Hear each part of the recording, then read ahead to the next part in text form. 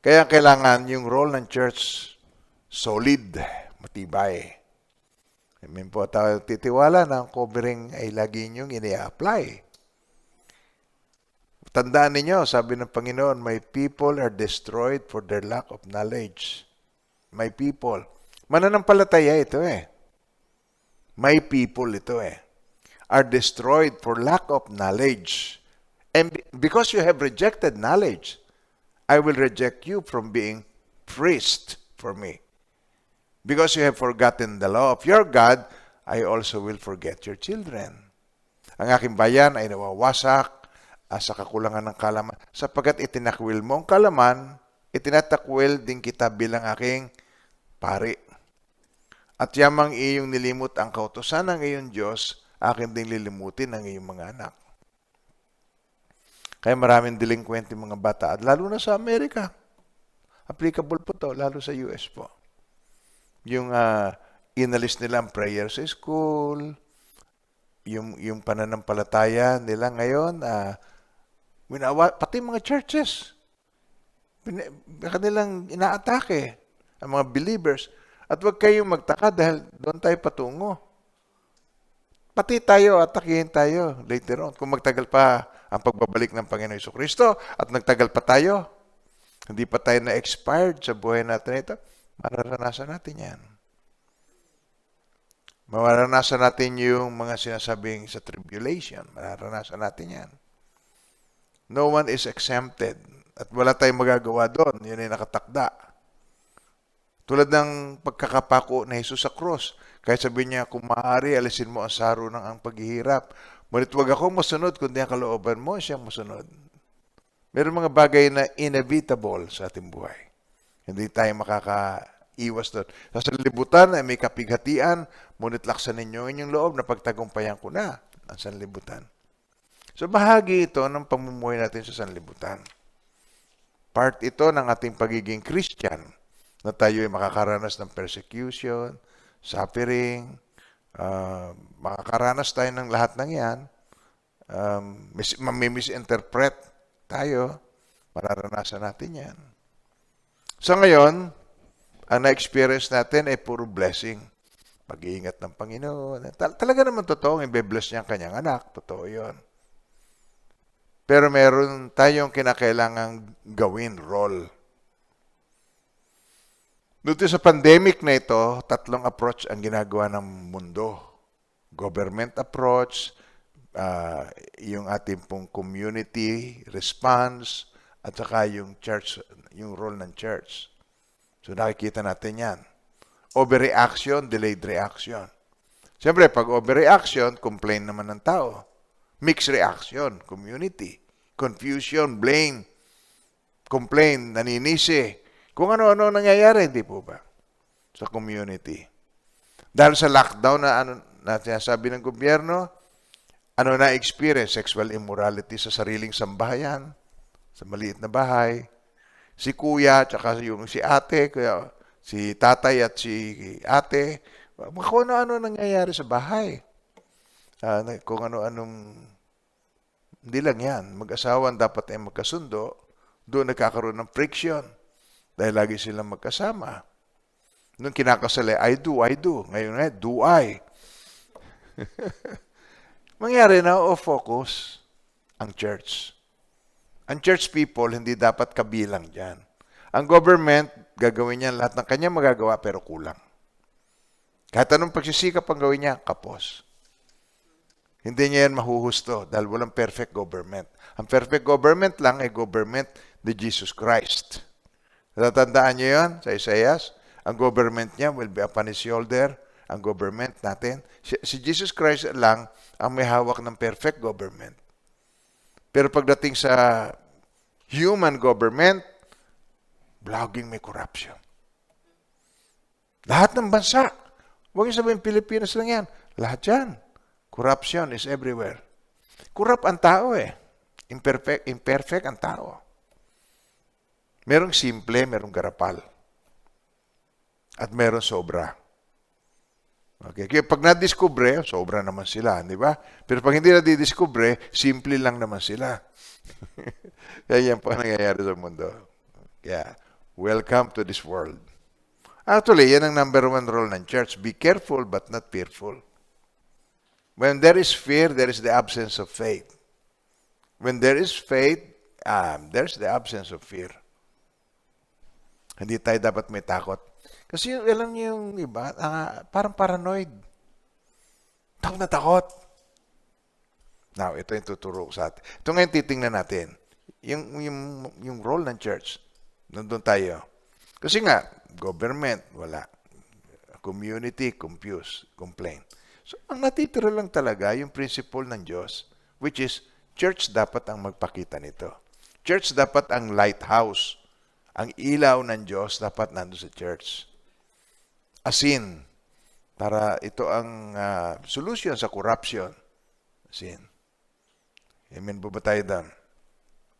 So, sa Luke 4, at dinala siya. Then the devil brought him to Jerusalem, set him on the pinnacle of the temple, and said to him, "If you are the Son of God, throw yourself down from here."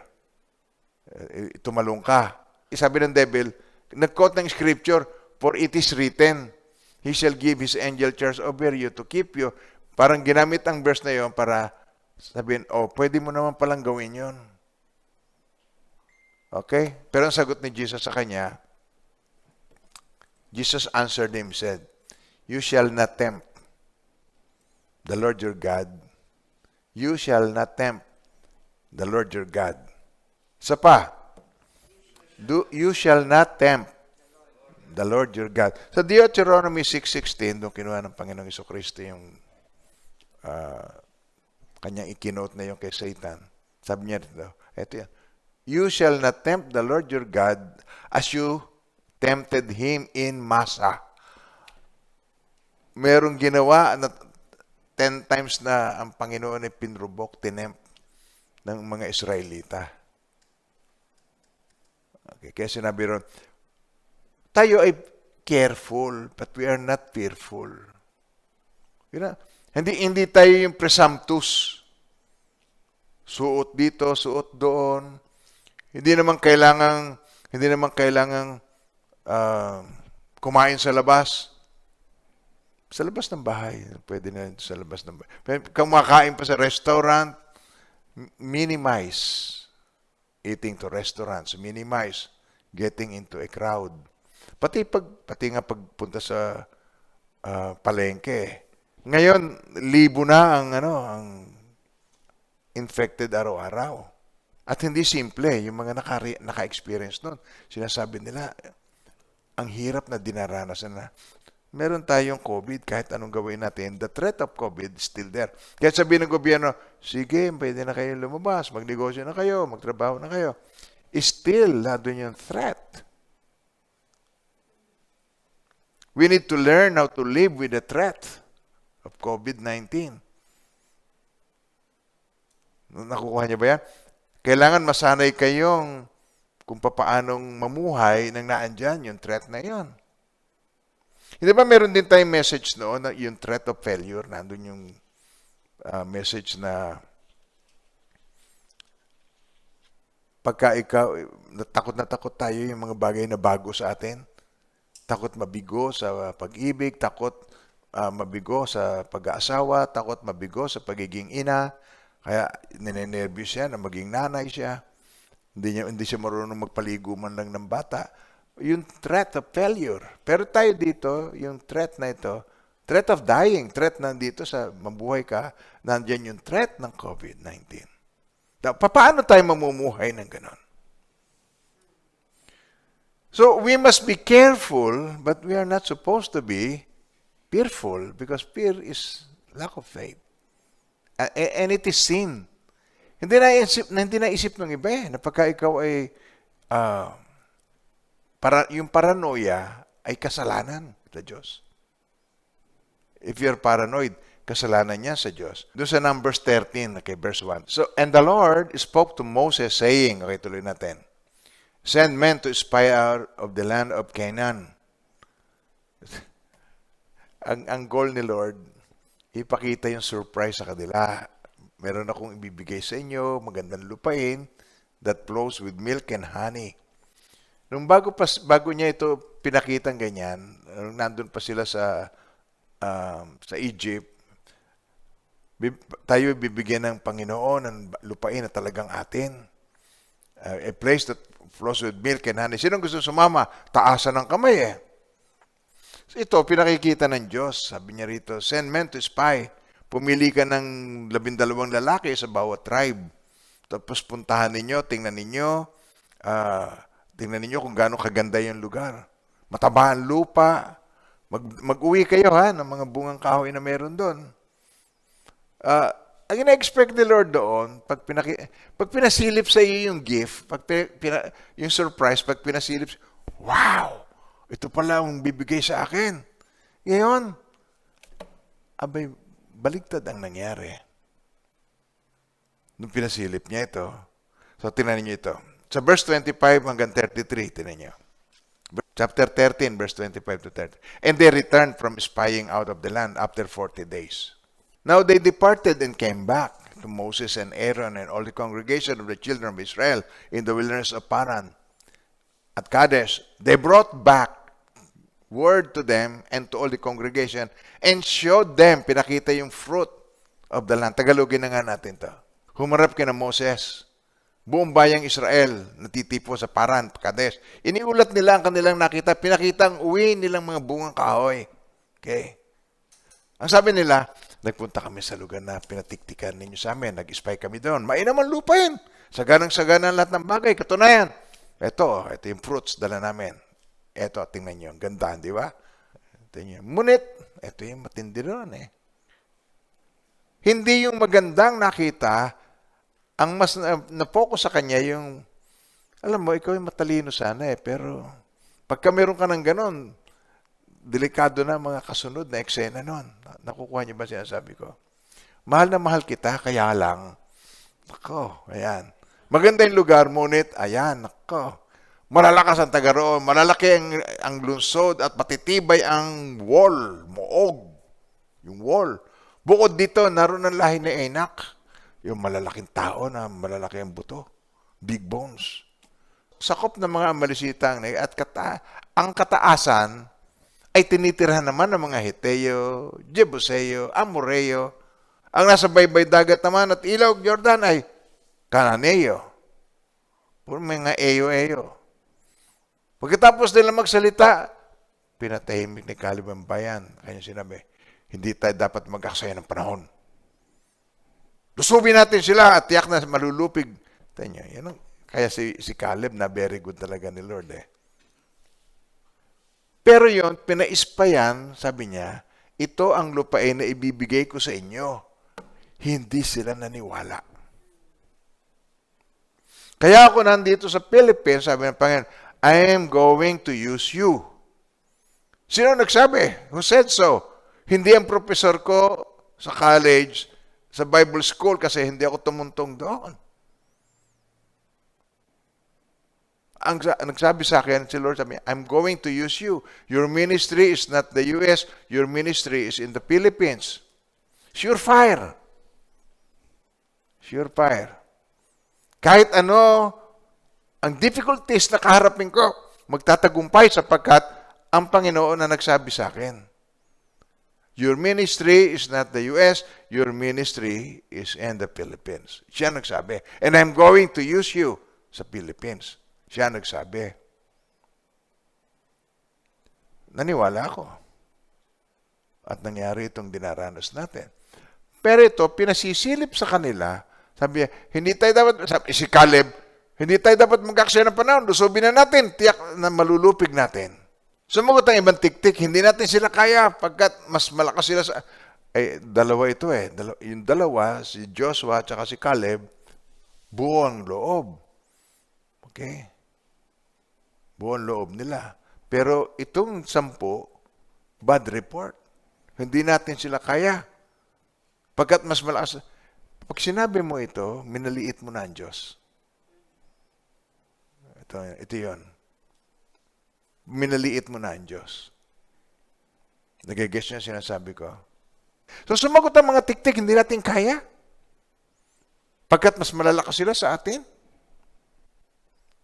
Hindi maganda naging ulat. Ito ang sinabi nila, higante ang mga taga roon. Sino mang magtangkang sumakop sa kanila, lalamon nila ng buhay. Buo. Anong klase ito? Parang lalamunin nila ng buo. So nakita namin doon ang mga Nephilim, lahi ni Anak, buwan sa Nephilim. Halos hanggang tuhod lamang nila kami. Ang totoo nga, sabi nga sa description doon para kami mga tipaklong sa harapan nila. Ito, naging parang tipaklong kami. Tingnan, nakita namin doon ang Nephilim, mga anak ni Anak, na mula sa mga Nephilim at kami, sa aming sariling paningin, ay naging parang mga tipaklong, gayon kami sa kanilang paningin. Because that's the way you look at things.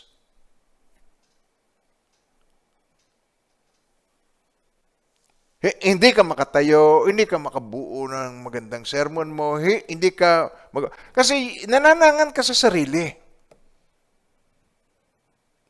Ang iyong ministry, hindi mo masyadong matayuan, nananangan ka sa iyong sarili. Kung ganyan ang ginawa ko, hindi na ako makakauwi. So nagtiwala ako, sabi niya, I'm going to use you. Yes, sir. I'm going to serve you.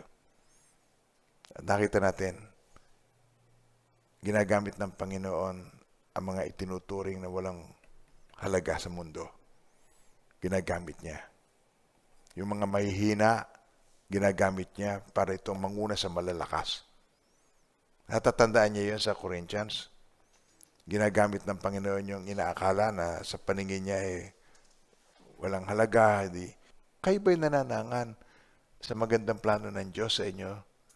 Ako lamang ang nakakaalam ng mga panukala na inihanda ko para sa ikabubuti ninyo.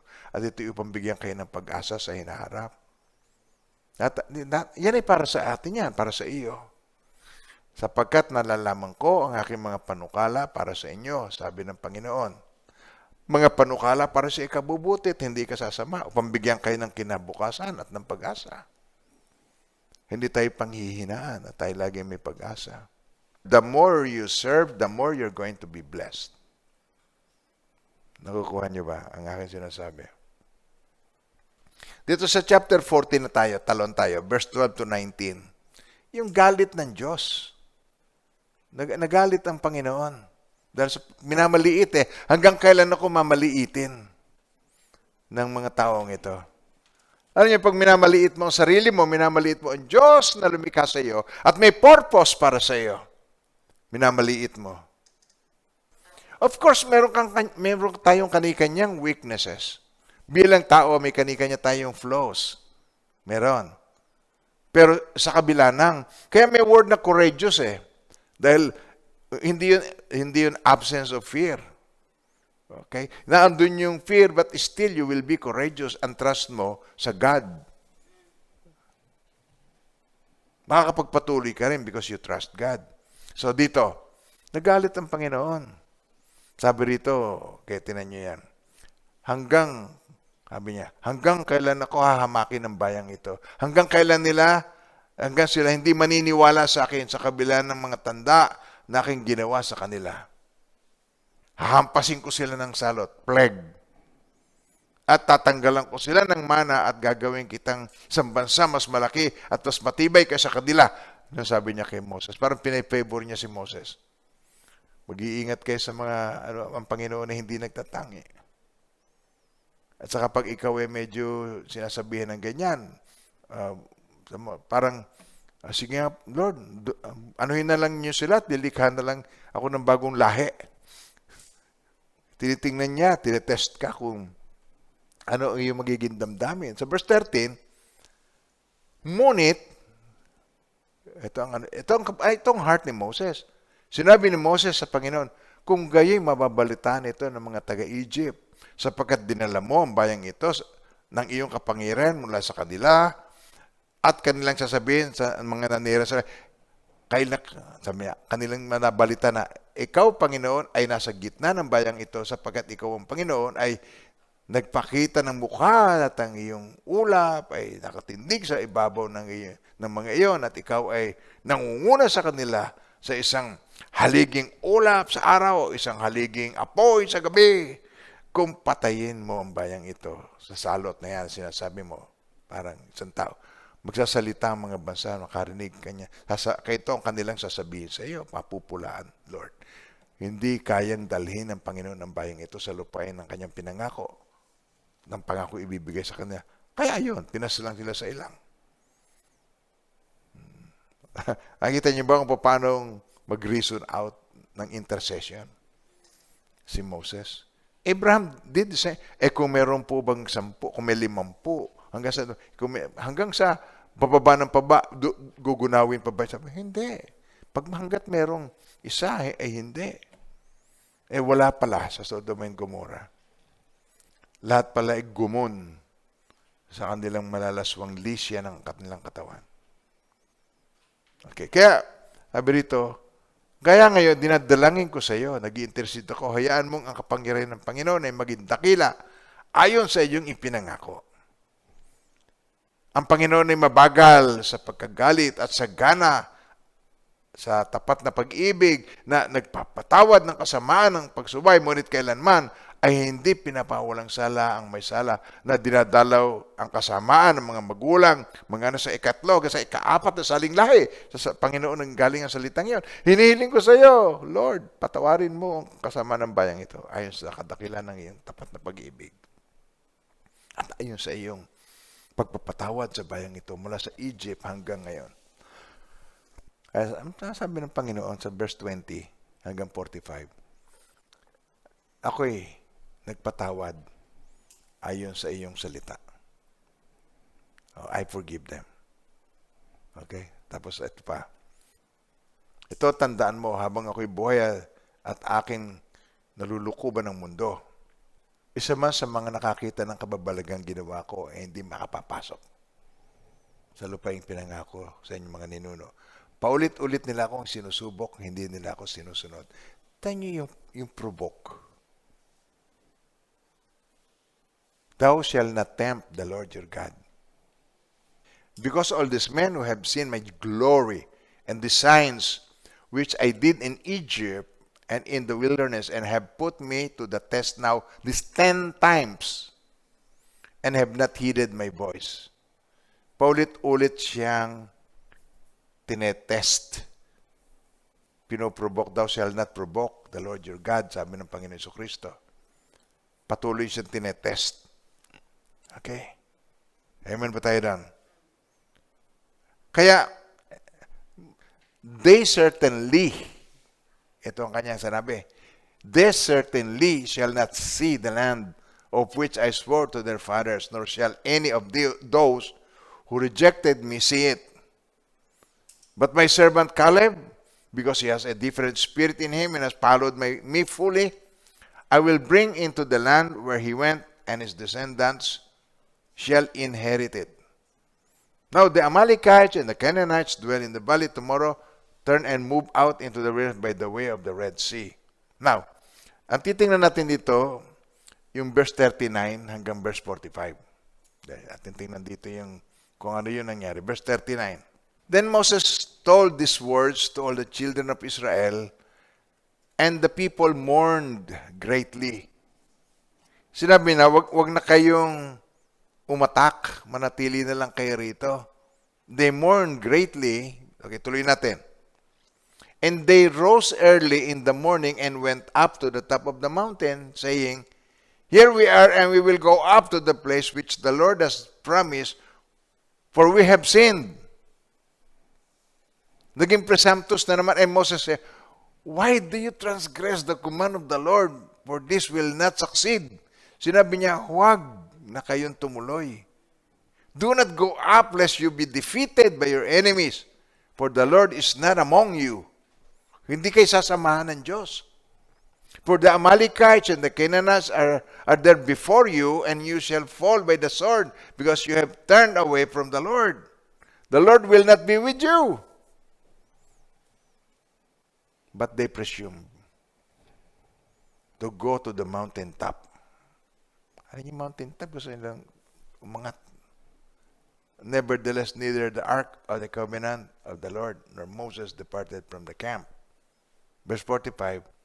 Then the Amalekites and the Canaanites who dwell in that mountain came down and attacked them and drove them back as far as Hormah. Mapa-presumptuous. Walang submission. May sinabi ang Panginoon, kino-contradict. Nakukuha niyo ba ang aking sinasabi? Napakamapaganib. Pero yung mga marunong makinig, yung marunong, they're careful. But they are not fearful. Pero ito, fearful na, presumptuous pa. Nasusundan niyo pa ba ako, mga minamahal ng Panginoon? Presumptuous ang move. Nangyayari ang lahat ng ito sa atin.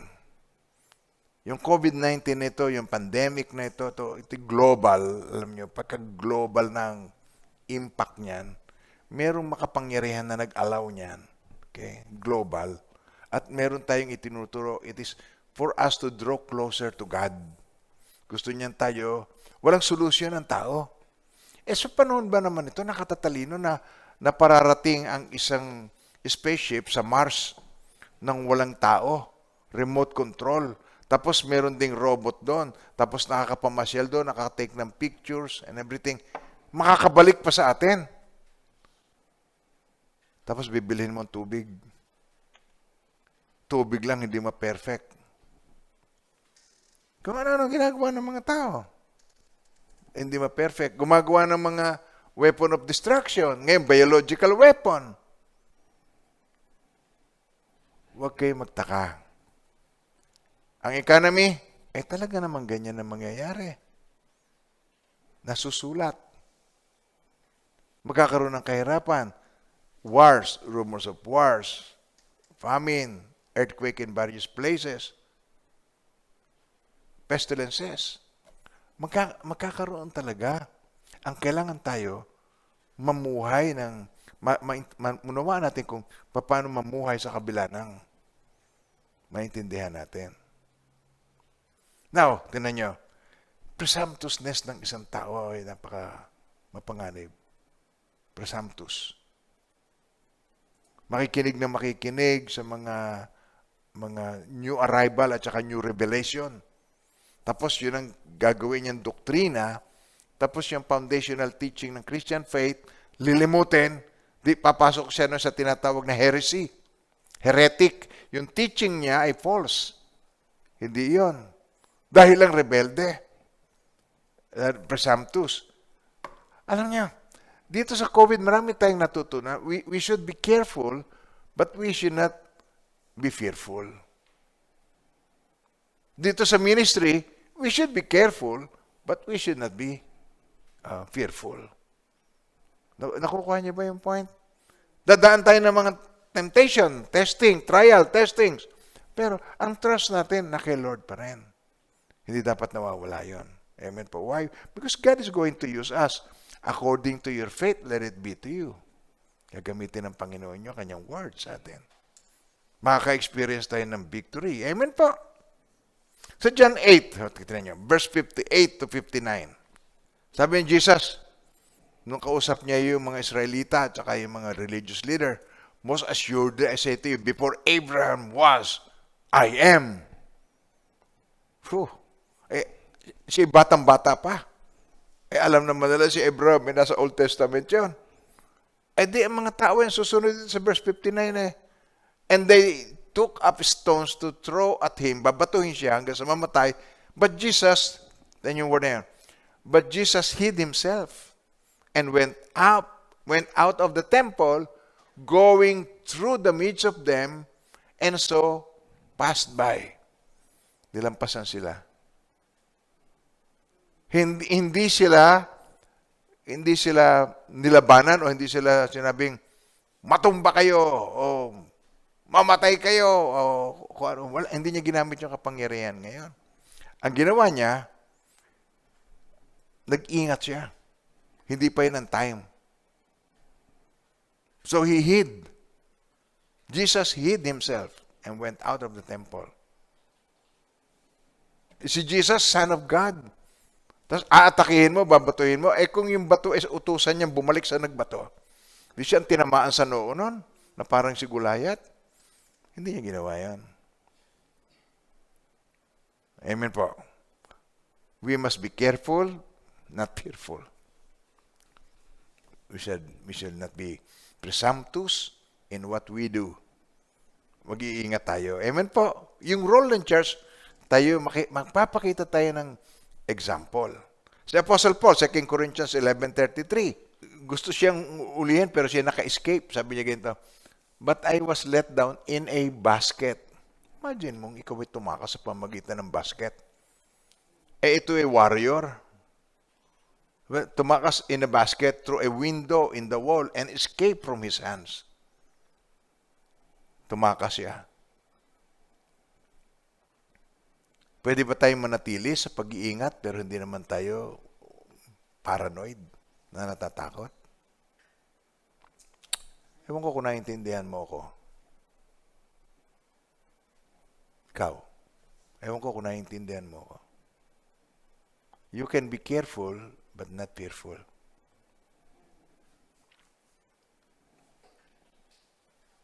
Hindi naman ito para sa lahat. Ito para doon sa mga fearful. Sa paranoid. Nakukuha niyo ba ang sinasabi ko? Why? Bakit ko sinisiruin ito sa mga paranoid? So you will not sin against God. So you will believe God according to His Word, according to His promises. Careful but not fearful. Magkaiba ang dalawang yon. And then you will know, you will understand kung saan ka ba naroroon. Are you in the side of fearful? Or you are only in the side of careful? But you are believing God's promises in your life. You are not just provoking God, but you know God is going to protect you. Nasaan ka doon? O yan doon ka sa isang presumptuous position. Saan ka naandoon? Hello, nandiyan mo ba tayo? Jesus hid himself. Sa Apostle Paul, tumakas pamagitan ng basket. Nakukuha niyo ba ang aking sinasabi? Si Joshua at si Caleb, atakihin natin, tiyak na matatalo natin. Because faith is not just something, you know, but faith is something you stand for. Tatayuan mo, maninindigan ka sa iyong faith. Tatayuan mo ito. You know and you know and you know na ang Panginoon nasa side mo. He will never leave you nor forsake you. Kasama natin siya hanggang maging sa huling sandali. Amen po. Hindi tayo pinagkalooban ng Diyos. 2 Timothy 1:7. For God has not given us a spirit of fear, but of power and of love and of sound mind. Hindi niya tayo binigyan ng spirit of fear. Kaya, pwede ka talagang pumunta. Pwede ka talagang sumugod. Kung kailangan. Okay? Pero hindi nagpo-provoke. Nakukuha niyo ba? You're not tempting God. Parang hindi gano'n ang iyong. You're not fearful. You're careful. You're just careful. Amen po. Nakukuha niyo pa ba yung aking point? I hope so. Dinadalangin ko sa Panginoon. Makuha niyo. Psalms 27, verse 1 to 5. Okay. The Lord is my light and my salvation. Whom shall I fear? The Lord is the strength of my life. Of whom? Tinan niyo ito. Hindi siya takot eh. The Lord is my light and my salvation. Whom shall I fear? The Lord is the strength of my life. Of whom shall I be afraid? When the wicked came against me to eat up my flesh, plague ito or sakit ito, my enemies and foes, they stumbled and fell. Though an army may encamp against me, my heart shall not fear. Though war may rise against me, in this I will be confident. One thing I have desired of the Lord, that will I seek, that I may dwell in the house of the Lord all the days of my life, to behold the beauty of the Lord and to inquire in His temple. For in the time of trouble, He shall hide me in his pavilion.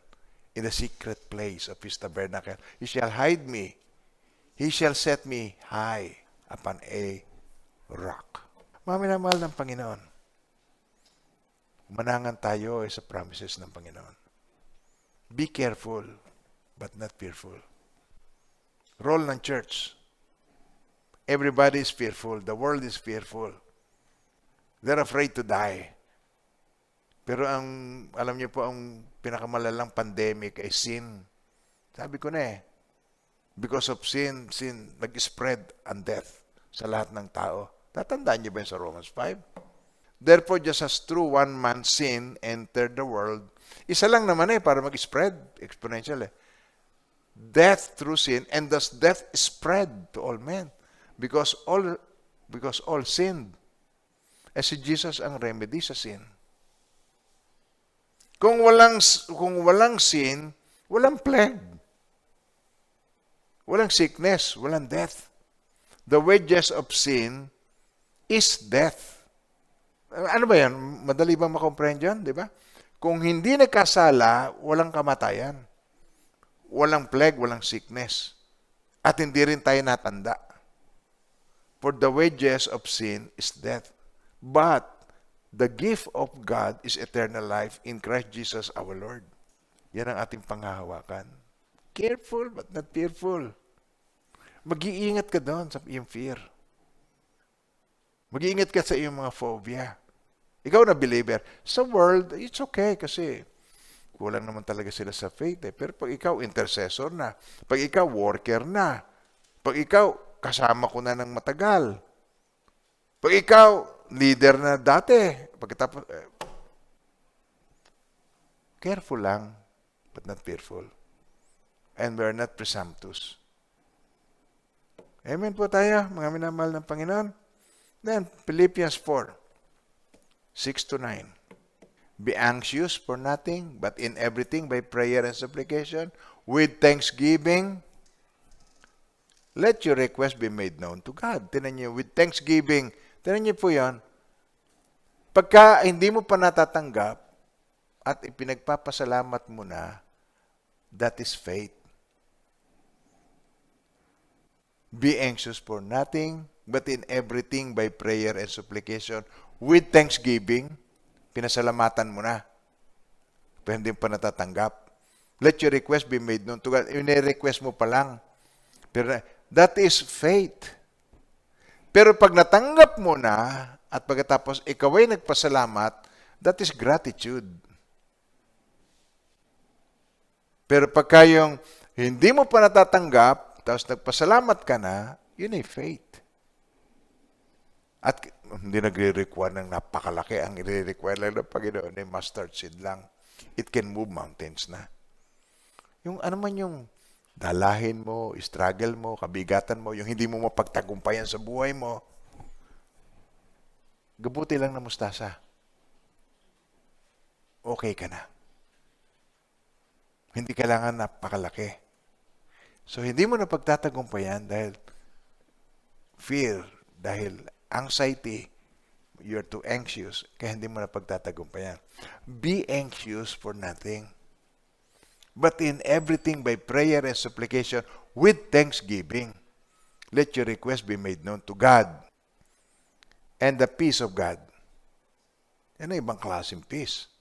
And the peace of God, which surpasses all understanding, lampasan dun sa iyong pangunawa, will guard your hearts and minds through Christ Jesus. Finally, brethren, whatever things are true, whatever things are noble, whatever things are just, whatever things are pure, whatever things are lovely, whatever things are of good report, if there's any virtue and there is anything praiseworthy, meditate on these things, not on fake news. Alam niyo yung fake news, yung fearful na maganda nga ang lupain, pero ito ang kalagayan, Christian nga tayo, pero that is fake news. Huwag kayo maniwala doon sa mga fake news. Usong-uso yan ngayon. At saka, di-discredit mo ang mga credible, i-discredit mo. At higit sa lahat, ang dinidiscredit, God. Yan ang ginagawa ng fake news. Finally, brethren, whatever things are true, whatever things are noble, whatever things are just, whatever things are pure, whatever things are lovely, whatever things are of good report, not bad report, not fake news. If there's any virtue, and if there is anything praiseworthy, meditate on this. Tagalog, sa kahuli-hulihan mga kapatid, anumang bagay na totoo, anumang bagay na kagalang-galang, anumang bagay na matuwid, anumang bagay na malinis, anumang bagay na kaibig-ibig, anumang bagay na kapuri-puri, kung merong anumang kagalingan, at kung anumang nararapat, papurihan, isipin ninyo mga bagay na yan, diyan kayo mag-focus, wag sa fake news. Ang mga bagay na inyong natutuhan, tinanggap, narinig, at nakita sa akin, ang mga bagay na ito, ang gawin ninyo, at ang Diyos ng kapayapaan ay isa sa inyo. Isaiah 26 verse 3, iyong iingatan siya sa ganap na kapayapaan. Ulitin natin sabay-sabay. Iyong iingatan siya sa ganap na kapayapaan. Ang pag-iisip ay nananatili sa iyo sapagkat siya nagtitiwala sa iyo. Hindi ka bagay yung palaging para nasa cloud 9. Amen po. Kaya, Lord, gusto ko na pong magbago.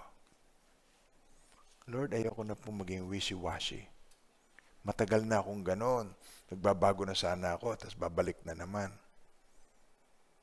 Madali ka ma-carried away. Lord, ayoko na pong maging wishy-washy. Paano niya mapag-iingatan ang isip mo at magkakaroon ka ng ganap na kapayapaan? Tiwala ka sa Diyos. Tiwala ka sa Kanyang salita. Tiwala ka sa Kanyang pangako. Dahil nagagalit ang Panginoon pag wala kang tiwala sa Kanya. Alam niyo kung bakit ginagawa mo siyang sinungaling. At wag na wag mong i-destroy ang church ng Panginoon. Diyan siya nagkatawang tao para sa church. Ang church ay body of Christ. Do not destroy the church. Do not attack the church. Do not say evil things against the church. Do not say evil things against the servants of God. Don't attack the church. Touch not my anointed. Iyong iingatan siya sa ganap na kapayapaan ng pag-iisip ay nananatili sapagkat siya ay nagtitiwala sa iyo. Salamat sa Diyos sa umagang ito. Amen. Ang Panginoong Jesucristo nagkatawang tao para tayo ay i-guide. Kung natatandaan niyo, nagpakita yan ng kapanahonan ni Joshua, tatandaan ninyo yan.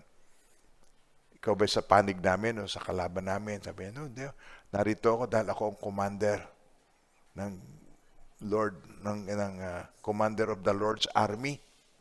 Commander ng Lord's army. We are in a battle. Tayo nasa digmaan. Okay? Kaya, ikaw ba'y panig sa amin o laban sa amin? Nagpakita siya. Yung theophany, nagpakita ang Panginoong Jesucristo nung time na yon. Tatatandaan niya? Okay? Ay, sabi niya, no, but as commander of the army of the Lord, I have now come. And Joshua fell on his face to the earth and worshiped and said to him, what does my Lord say to his servant? Tanggalin mo yung sandals. You're standing on the holy ground. Take your sandals off your foot, for the place where you stand is holy. And Joshua did so. Sumunod siya. Nag-get siya ba sinasabi ko? No, ang Panginoong theophany, nung nagkatawang tao siya mismo kapanahon natin ngayon, siya ang commander of the Lord's army. Behold, I give you the authority to trample on serpents and scorpions and all the powers of the enemy. Tatan niyo, ibinigay niya ngayon sa atin yon. Yung authority. Lahat ng authority in heaven and earth, sabi niya, pinagkaloob niya sa akin, tatanda sa Matthew 20. Sabi niya, go therefore, make disciples of all the nations, baptizing them in the name of the Father and of the Son and of the Holy Spirit, teaching them to observe all things that I have commanded you, and lo, I am with you always, even to the end of the age. Amen. Upon this rock I will build my church. The gates of Hades shall not prevail against it. Ang church ay pinagkalooban na ng Panginoon ng katagumpayan. Pero may mararanasan tayo rito bilang tao, but, nakafocus tayo. Set your minds on the things above, not on the things below. Huwag dito sa lupa, kundi doon sa langit. Doon nakatuon sa mga bagay sa itaas, hindi sa mga bagay dito sa lupa. Set your mind on things above, not on things on the earth. Yun ang gusto niyang ituro sa atin.